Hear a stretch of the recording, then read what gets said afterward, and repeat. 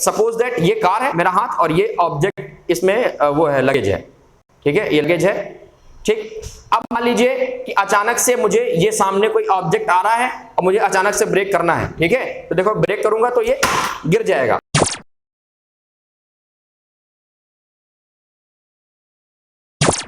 Hello students, कैसे हैं आप सभी? मैं हूं कृष्णा तिवारी, आपका फ्रेंड एंड फिजिक्स मेंटर, और ये है आपका प्यारा सा चैनल पढ़ते रहो। पढ़ते रहो की क्लास 9th की सीरीज में स्टूडेंट्स हम लोगों ने स्टार्ट किया था chapter number 2 force and laws of motion. Force and laws of motion की सीरीज में हम लोगों ने एक छोटा सा वीडियो किया था जिसमें हम लोगों ने सीखा था फोर्स के बारे में, बैलेंस और अनबैलेंस फोर्स के बारे में, राइट। इसके बाद एक वीडियो किया था जिसमें 5 to 6 मिनट का वीडियो रहा होगा और वो हम लोगों ने सीखा था गैलीलियो एक्सपेरिमेंट के बारे में। आज का वीडियो हमारा फर्स्ट लॉ ऑफ मोशन को डिफाइन करेगा, और फर्स्ट लॉ ऑफ मोशन को डिफाइन करने के साथ साथ मैं आपको बता दूं कि अगर आपने अभी तक गैलीलियो एक्सपेरिमेंट नहीं देखा है तो ज्यादा से ज्यादा 5 से 6 मिनट लगेगा, प्लीज पहले उसको फटाफट जाके देख लीजिए, इसके बाद से इस वीडियो को देखिए तो आपको आज का जो टॉपिक है वो ज्यादा स्मूथली समझ में आएगा। क्यों? क्योंकि अब जो ये टॉपिक मैं पढ़ाने जा रहा हूं फर्स्ट लॉ ऑफ मोशन, ये गैलीलियो एक्सपेरिमेंट से कहीं ना कहीं रिलेटेड है, कहीं ना क्या उसी से रिलेटेड ही है, ठीक है। लेकिन अब फर्स्ट लॉ पढ़ने से पहले जो आज का हमारा पहला टॉपिक होगा वो हम डिस्कस करने जा रहे हैं, जिसका नाम है इनर्शिया। एक नया वर्ड है, हो सकता है मे बी आपने सुन रखा है इसके बारे में, तो एक्चुअल में जैसा ये वर्ड का नाम है ये ऐसा है नहीं। इसका मतलब इनर्शिया सुनने में लगता है कुछ नया है, कुछ अजीब सा होगा, लेकिन बहुत ही प्यारी चीज है जो आपकी डेली लाइफ में अगर मैं बात करूं तो अक्सर आप इसका यूज करते फिरते घूमते हैं, ठीक है। इसका मतलब इनर्शिया एक टाइप की किसी भी ऑब्जेक्ट की प्रॉपर्टी है। भाई आप भी तो एक तरह से ऑब्जेक्ट हो गए, या ये कैमरा एक ऑब्जेक्ट हो गया, आपके बगल में रखी हुई टेबल, बुक, ये भी ऑब्जेक्ट हो गई।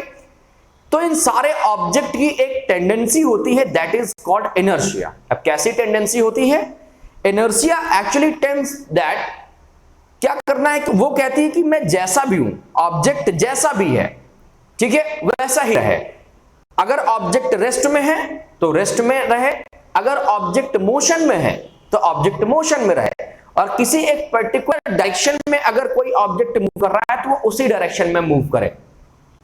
थोड़ा सा और आसान करते हैं, इनर्शिया एक टाइप की ऐसी प्रॉपर्टी होती है जो ये बताता है सिंपल लैंग्वेज में कि वो ऑब्जेक्ट रेस्ट में है या फिर वो ऑब्जेक्ट मोशन में है। फॉर एग्जाम्पल, अगर मैं मोशन में हूं तो मैं क्या हो गया? मैं इनर्शिया ऑफ मोशन वाला ऑब्जेक्ट हो गया। अगर मैं चुपचाप खड़ा हूं, बैठा हूं, तो मैं क्या हो गया? इनर्शिया ऑफ रेस्ट वाला ऑब्जेक्ट हो गया। अगर कोई ऑब्जेक्ट किसी डायरेक्शन में मूव कर रही है, मोशन कर रही है, तो वो क्या हो गई? वो हो गया इनर्शिया ऑफ डायरेक्शन का ऑब्जेक्ट हो गया। बात समझ में आ रही कि नहीं आ रही? So inertia is a property of object which define that the object is in rest or motion or in which direction it move. Is that clear? So what is inertia? Inertia is a property of the object. बहुत बढ़िया बात है। अब इसके 3 part मैंने अभी आपको समझाए। पहला तो हो गया inertia of rest। अगर कोई ऑब्जेक्ट में है तो उसको रेस्ट में रहने दो, डोंट डिस्टर्ब, राइट। अगर कोई ऑब्जेक्ट रेस्ट में आपको दिख रहा है तो इसका मतलब वो inertia of rest की प्रॉपर्टी फॉलो कर रहा है। अगर कोई ऑब्जेक्ट मोशन में है, घूमने दो, टहलने दो, राइट, चलने दो, उसको मोशन में रहने दो, उसको डिस्टर्ब मत करो क्योंकि वो इनर्शिया ऑफ मोशन में है। अगर मान लीजिए आप किसी डायरेक्शन में टर्न ले रहे हैं तो ये तो पॉसिबल नहीं है। मान लीजिए आपको लेफ्ट में जाना तो एक बार ही लेफ्ट लोगे, अगर लेफ्ट में ही बने रहे तो क्या होगा? आपका भगवान न करे लेकिन आप गिर जाएंगे, आपको चोट भी लग सकती है, राइट। तो वो इनर्शिया ऑफ डायरेक्शन में है अगर आपने डायरेक्शन को चेंज मेड करी। बात समझ में आया? एक एग्जाम्पल लेते हैं, क्या है इनर्शिया ऑफ रेस्ट। जैसे आपको याद होगा कि कई बार आपने ऐसा फील किया होगा, आप स्कूल बस से जाते हैं, राइट, आप अपने पेरेंट्स के साथ वेकेशंस पे जाते हैं, आप बोर्डिंग करते हैं किसी ट्रेन में, बस में, राइट। तो ट्रेन में तो नहीं पता चलता ज्यादा क्योंकि बहुत स्लो मोशन में वो स्टार्ट होती है चलना, लेकिन अगर कार में आप बैठे हुए हैं, ठीक है, या आप स्कूल बस में बैठे हुए हैं, अगर आपने अचानक से उसको एक्सेलरेट किया, मतलब अचानक से उसको आपने स्पीड दे दी, तो आपकी बॉडी ऐसे पीछे की तरफ झुक जाती है। मतलब जैसे ही बॉडी चली, जैसे ही ऑब्जेक्ट चला तो पीछे की तरफ, ठीक है। देखो एक छोटा सा वीडियो भी आपको दिख रहा होगा, एक इसमें गाड़ी है, ट्रक है, और इस ट्रक में बलून्स लगे हुए हैं, राइट। अब जरा देखो, जब ट्रक आगे की तरफ जा रहा है तो बलून्स पीछे की तरफ हो रहे हैं। मतलब जैसे मान लो ये ट्रैक है, आपको दिख रहा है, और ये बलून है, तो ट्रैक जाएगा तो कुछ इस तरह से डायरेक्शन हो जाएगा बलून्स का। बात समझ में आई कि नहीं आई? क्यों? क्योंकि बलून्स किस में है? रेस्ट में है, जबकि जो ट्रैक है, जो हमारा व्हीकल है, वो क्या कर रहा है? वो चल रहा है, मोशन कर रहा है। तो मोशन कर रहा है तो क्या हो जाएगा दोस्त? तो जो बलून है वो बैकवर्ड डायरेक्शन की तरफ आएगा। तो ये एक अच्छा एग्जांपल है किसका? इनर्शिया ऑफ रेस्ट का।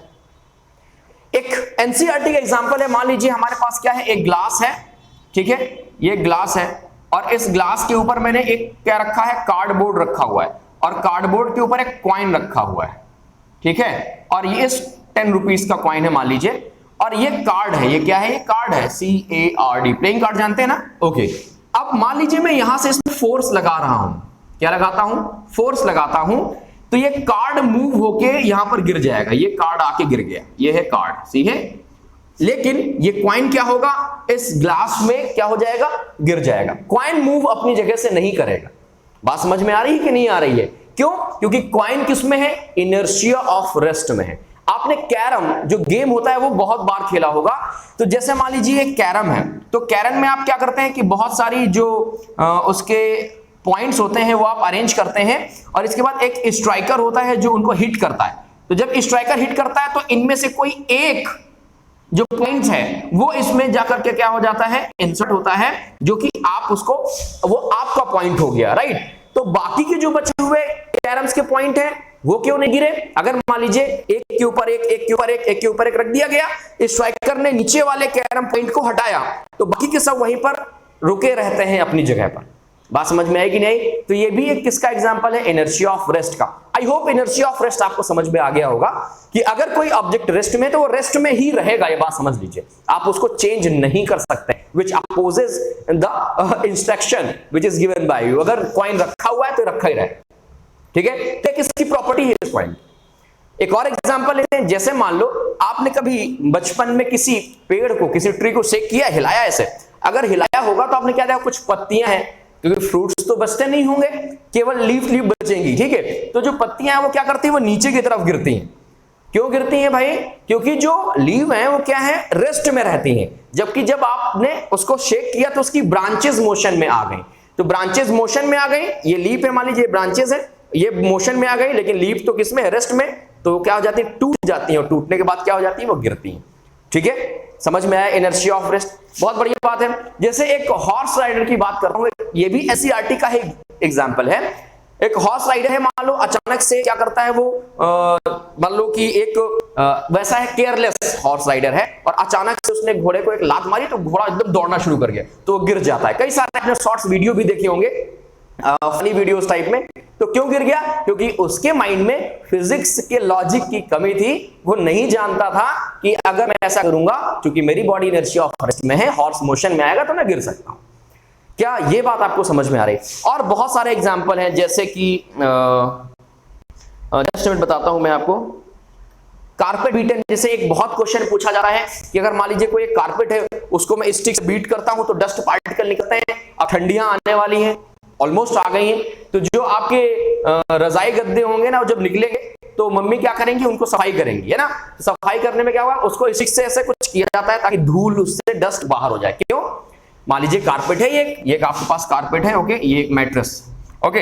अब इसमें आपने फोर्स लगाया तो मैट्रेस तो नीचे दब गया, लेकिन इसमें जो डस्ट पार्टिकल थे वो रेस्ट में रह गए। तो वो कहां रह गए? ऊपर ही रह गए, ऊपर वाली लेयर में रह गए। बात समझ में आई कि नहीं आई? मैट्रेस दबा, लेकिन जो पार्टिकल्स थे वो वहीं के वहीं रह गए, ठीक है। कई बार क्वेश्चन पूछा जाता है कि इसका एग्जांपल क्या है, तो मैट्रेस वाला भी एक एग्जांपल इनर्शिया ऑफ रेस्ट का है।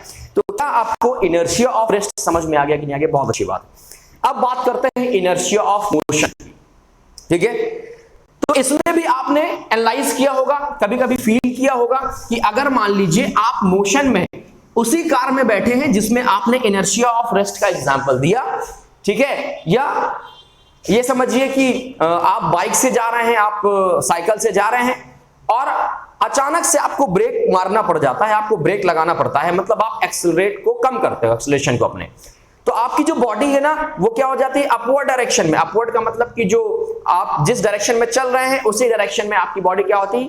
मूव करती है। भाई मान लो कार चला रहा हूं मैं, ओके, कार चलाई और ब्रेक मार दी तो मेरी बॉडी ऐसे हो जाती है, बात समझ में आई कि नहीं आई? इसीलिए सीट बेल्ट को क्या होता है, लगा रहता है आपकी कार में, ताकि जब अचानक से आप जाएं तो सीट बेल्ट आपको प्रोटेक्ट कर सके।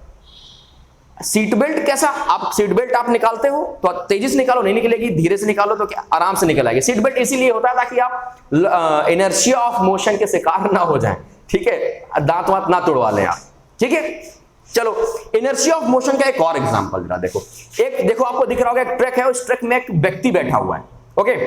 आगे जाके वो एक पत्थर देखता है और पत्थर के पहले वो ब्रेक लगाता है, अचानक से रैंडम ब्रेक मारता है, और वो जो व्यक्ति इसमें बैठा है वो उछल के आगे, ठीक है, फर्स्ट आ जाता है, वो उस ट्रक से पहले पहुंच जाता है अपने जो उसका अराइवल लोकेशन है।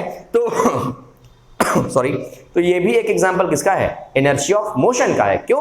क्योंकि ट्रक मोशन में था, अचानक उसने अपने बॉडी को स्टॉप किया, तो आपकी बॉडी भी ट्रक के साथ किसमें थी, मोशन में थी, तो ट्रक तो स्टॉप हो गया, लेकिन अब आपके पैरों में तो ब्रेक है नहीं कि ब्रेक लगा दोगे तो पूरी बॉडी वहीं क्या हो जाएगी, डिस्क ब्रेक लगा दी तो वहीं रुक गई, ओके। तो आप क्या करोगे, उछल के नीचे गिरोगे, मे भी हो सकता है चोट भी लगने की पॉसिबिलिटीज है। जैसे आप साइकिल से जा रहे हैं, स्कूटी से जा रहे हैं, अचानक से ब्रेक लगा दिया, सामने से कोई जानवर आ गया, कोई भी व्यक्ति आ गया, तो क्या करोगे, आपके गिरने की पॉसिबिलिटी है। अगर अचानक से आपने सारे ब्रेक्स लगा दिए हैं तो गिरने की पॉसिबिलिटी है। क्यों?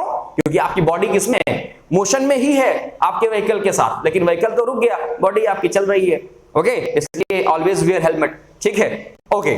तो क्या इनर्शिया ऑफ मोशन का आपको एग्जांपल समझ में आया? और कई सारे एग्जांपल जैसे मैं आपको बताता हूं, इसमें लिखे हुए हैं। इन game of cricket a fast bowler comes running from the long distance before throwing a ball, ठीक है।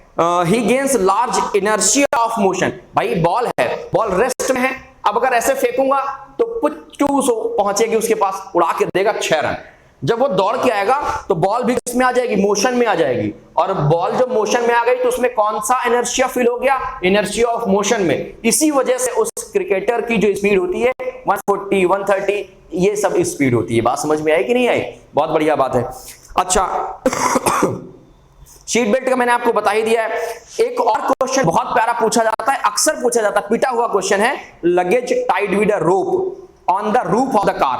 अगर कार से आप कहीं ट्रेवल कर रहे हैं, बस से ट्रेवल कर रहे हैं, तो जो लगेज उसमें होता है ना रूफ में, उसको टाइट कर दिया, बांध दिया जाता है कस के। क्यों? अगर सडनली मान लीजिए आपको ब्रेक अप्लाई करना पड़े, तो जैसे ही ब्रेक अप्लाई होगा, मान लीजिए ये है मेरे पास, क्या है, मैं देखिए ये सपोज दैट ये कार है मेरा हाथ, और ये ऑब्जेक्ट इसमें वो है, लगेज है, ठीक है, ये लगेज है, ठीक। अब मान लीजिए कि अचानक से मुझे ये सामने कोई ऑब्जेक्ट आ रहा है और मुझे अचानक से ब्रेक करना है, ठीक है। तो देखो ब्रेक करूंगा तो ये गिर जाएगा, ओके। तो मतलब ये गिरेगा आगे की तरफ, बैकवर्ड डायरेक्शन में। इसीलिए अगर मैं इसी ऑब्जेक्ट को टाइट कर देता तो बंधता, तो क्या, अगर मान लो बंध गया है तो क्या गिरेगा? नहीं गिरेगा। इसी वजह से लगेज को क्या करा जाता है, बांधा जाता है, और ये एग्जांपल है इनर्शिया ऑफ मोशन का। आई होप समझ में आ रहा होगा, ठीक है, बहुत बढ़िया बात। एक लास्ट बचता है इनर्शिया ऑफ डायरेक्शन। आपने कई बार एक स्ट्रिंग से बांध करके पत्थर को कुछ इस तरह से घुमाया होगा। अगर नहीं घुमाया है तो समझिए कि आपने बचपन में एक चीज मिस कर दी, वो भी है काइट। जब आप लोग पतंग उड़ाते हैं तो पतंग उड़ाने के बाद अगर किसी की पतंग को गिराना होता है तो आप पत्थर फेंक के मारते हो ना, उसमें एक उसमें बांध के स्ट्रिंग में। हालांकि अब हो सकता है आपको फोन वगैरह से टाइम ना मिले, लेकिन ऐसा किया है, मैंने किया एक बार बचपन में। तो गलती से पत्थर काइट में न जाकर के काइट वाले के सर में गिरा था, तो फिर घर में डांट बहुत पड़ी थी, मुझे सुनना भी पड़ा था। फिर मैंने भी बोल दिया कि भाई मैं तो इनर्शिया ऑफ डायरेक्शन अप्लाई कर रहा था। फिलहाल अगर मान लीजिए मैं उस पत्थर को बांध के अपने चारों तरफ ऐसे सराउंडिंग में घुमाता हूं, ठीक है, ये भी एक्टिविटी है, आपकी एनसीईआरटी में एक्टिविटी बनी होगी। अगर इस फिगर को याद करो जैसा मैं बता रहा हूं, तो पत्थर कैसा मूव करेगा, जो वो स्ट्रिंग से बंधा हुआ जो स्टोन है वो कुछ इस तरह से मूव करेगा। यहां सेंटर में मैं खड़ा हूं, मी कृष्णा, ओके। अब क्या हुआ, मान लो अचानक से वो स्ट्रिंग ब्रेक कर गई, अचानक से स्ट्रिंग जिसमें वो बंधा हुआ है वो स्ट्रिंग क्या हो गई, ब्रेक हो गई। तो क्या होगा, इसका डायरेक्शन क्या हो जाएगा, चेंज हो जाएगा। भाई जो घूम रहा है तो वो कैसा घूम रहा है, वो इस स्ट्रिंग से बंधा हुआ है, एक सेंट्रीपिटल फोर्स लग रहा है इसलिए घूम रहा है। जैसे स्ट्रिंग ब्रेक, सेंट्रीपिटल फोर्स ने रिलीज किया तो उसका डायरेक्शन क्या हो गया, चेंज हो गया। समझ में आई? तो अगर किसी ऑब्जेक्ट का डायरेक्शन चेंज होता है तो इसका मतलब ये हो गया इनर्शिया ऑफ डायरेक्शन का एग्जांपल है। अच्छा देखो, एक फिगर आपको दिख रहा होगा, एक डायग्राम आपको दिख रहा होगा, इसमें एक कार है, देखो ये देखो एक कार है, ये स्केट करके जा रही है, ओके। तो ये है स्किड इनर्शिया, स्केट कर रही है, बार बार इसका डायरेक्शन क्या हो रहा है, चेंज हो रहा है, राइट। तो इस वाले वैसे फिगर को हम लोग स्किड इनर्शिया बोलेंगे, और skid inertia is also part of inertia of direction. तो क्या ये चीज समझ में आई कि नहीं आई? थोड़ा सा रिकॉल करके गैलीलियो एक्सपेरिमेंट पढ़ा हम लोगों ने कि अगर कोई ऑब्जेक्ट चल रहा है तो चलता रहेगा अगर उसमें एक्सटर्नल फोर्स नहीं लग रहा है, ठीक है। अब मतलब कि उसी ने तो डिफाइन किया, उसी लॉ ने डिफाइन किया किसको? इनर्शिया ऑफ मोशन को। अगर रेस्ट में है मान लीजिए, या गैलीलियो ने बताया कि अगर सेम डिस्टेंस से मैं किसी बॉल को रोल करा रहा हूं स्लोप में तो सेम डिस्टेंस ट्रेवल करेगी, है ना। सेम हाइट से करा रहा हूं तो सेम हाइट ट्रेवल करेगी, ये हम लोगों ने सीखा था। अगर कोई रेस्ट में है तो रेस्ट में रहेगी, क्यों? क्योंकि रोल नहीं करा रहे हैं। इसी चीज को डिफाइन किया इनर्शिया ने। इनर्शिया इसी से हमें पता चला। अब चल रहे हैं अपने फर्स्ट लॉ ऑफ मोशन के लिए, जिसके लिए हम लोगों ने इतनी सारी मेहनत की है ऑलरेडी। एक वीडियो गैलीलियो एक्सपेरिमेंट में और लगभग 5 to 10 मिनट्स इनर्शिया में हम लोगों ने लगा दिए, है ना। चलो बात करते हैं फर्स्ट लॉ ऑफ मोशन क्या कहता है। इनर्शिया में एक पार्ट बचा है, relations between inertia and mass, वो हम लोग नेक्स्ट वीडियो में डिस्कस करेंगे। बहुत छोटा सा वीडियो रहेगा कि इनर्शिया में और क्या खास होता है। देखिए, तो फर्स्ट लॉ ऑफ मोशन क्या होता है? अगर मान लीजिए मैं आपको बताने जा रहा हूं first law of motion, first law of motion, जिसके बारे में हम लोग इतनी मेहनत करके आए हैं यहां तक पहुंचने के लिए। अब देखिए, ये जो लॉ है ना, कितनी आसानी से आपको समझ में आएगा अगर सारी बातें मेरी आपको अभी तक याद हो गई हो तो। चलो देखो भाई, first law state that if any object is in rest. देखो नोट्स आपको मिल जाएंगे, नोट्स प्रोवाइड करा दूंगा, बिल्कुल परेशान मत होना। तो आप केवल समझते चलो, क्योंकि अगर मैं आपको यहां लिखवाऊंगा, एक एक लाइन समझाऊंगा, एक एक लाइन बोलूंगा लिखो बच्चों, तो फिर आप यहां YouTube में क्या कर रहे हैं, राइट। इसके लिए तो किताब ही आपकी काफी पर्याप्त है, आपके टीचर्स काफी हैं, राइट। यहां पर आपको कंसेप्ट समझना है तो केवल समझते चलिए। First law of motion state that when object is in rest it will remains in rest, and when any object is in motion it remains in motion until any unbalanced external force is not applied. Is that clear? इस बात को जरा फिर समझते हैं। अगर कोई object rest में है तो रेस्ट में रहेगा, इनर्शिया ऑफ रेस्ट। अगर कोई ऑब्जेक्ट मोशन में है तो मोशन में ही रहेगा, इनर्शिया ऑफ मोशन, राइट। जब तक उसमें कोई एक्सटर्नल मतलब बाहरी फोर्स, एक्सटर्नल फोर्स कैसा फोर्स हो? वो अनबैलेंस फोर्स। जब हम लोगों ने बैलेंस और अनबैलेंस पढ़ा था तो ये आपको सिखाया गया था कि किसी भी ऑब्जेक्ट के मोशन या उसको मोशन वाले ऑब्जेक्ट को स्टॉप करने के लिए एक अनबैलेंस फोर्स की जरूरत होती है। तो इस तरह इसमें अगर कोई ऑब्जेक्ट रेस्ट में है तो वो रेस्ट में रहेगा, अगर मोशन में है तो वो मोशन में रहेगा, जब तक उसमें कोई एक्सटर्नल अनबैलेंस फोर्स अप्लाई नहीं किया जाता। बात समझ में आई कि नहीं आई? तो देखो, इनर्शिया के दोनों पार्ट इसमें मैच हो रहे हैं, मैच हो रहे हैं कि नहीं मैच हो रहे हैं। इसीलिए फर्स्ट लॉ ऑफ मोशन को लॉ ऑफ इनर्शिया भी कहा जाता है। बात समझ में आई कि नहीं आई? समझ में आ गया? तो न्यूटन सर के ये पहला लॉ था जो कि लॉस ऑफ मोशन का फर्स्ट लॉ था, फर्स्ट लॉ ऑफ मोशन। फिर से मैं आपको समझाने की कोशिश करता हूं फिगर के थ्रू। ये फिगर आपने देख रखा है, कहां देख रखा हुआ है? अभी जब इनर्शिया ऑफ मोशन की बात कर रहे थे तो ये फिगर तरह देख लेते। अगर मान लीजिए ये जो एक ट्रक है और ट्रक ब्रेक अप्लाई करता है तो सडनली ये जो पर्सन है वो क्या होता है? गिर जाता है। क्यों? उसने, अब ट्रक है, ट्रक को मूव करा, मोशन में है, और उसको रोकने के लिए उसने क्या लगाया? ब्रेक लगाया। क्या लगाया? ब्रेक लगाया। तो ब्रेक लगाया तो उसने एक्सटर्नल फोर्स दिया ना उसको रोकने के लिए। तो अगर मोशन में होता तो मोशन में ही रहता। अब बाय चांस आप बोलो तो सर ब्रेक है ही नहीं, तो फिर कैसे रुकेगा? तो दोस्तों, एक ऐसा फोर्स है अर्थ में जो कि हमारे चलने के लिए, दौड़ने के लिए रिस्पॉन्सिबल है, जिसका नाम है friction force. As well as fluids में भी प्रेजेंट है, जिसका नाम है drag force. Drag is also part of friction which applied by the fluids. तो ये फोर्स क्या करते हैं? अगर ब्रेक भी नहीं है, कुछ भी नहीं है, तो फ्रिक्शन एक ऐसा फोर्स है सॉरी, जो आपके मोशन को क्या करेगा? अपोज करेगा, and which is also an external force and unbalanced force also. Is that clear? So that's it. ये था फर्स्ट लॉ ऑफ मोशन। तो प्लीज कमेंट करके जरूर बताइएगा कि वीडियो कैसा लगा, और हाँ, बने रहिए साथ में, क्योंकि अगले वीडियो में हम डिस्कस करने जा रहे हैं inertial mass, what is the relationship between inertia and mass, and बहुत कुछ जैसे momentum and second law of motion, और बहुत सारे ढेर सारे एग्जाम्पल और कुछ पुटिया न्यूमेरिकल। तो तब तक के लिए थोड़ा सा इंतजार करिए, हंसे मुस्कुराते रहिए और पढ़ते रहिए।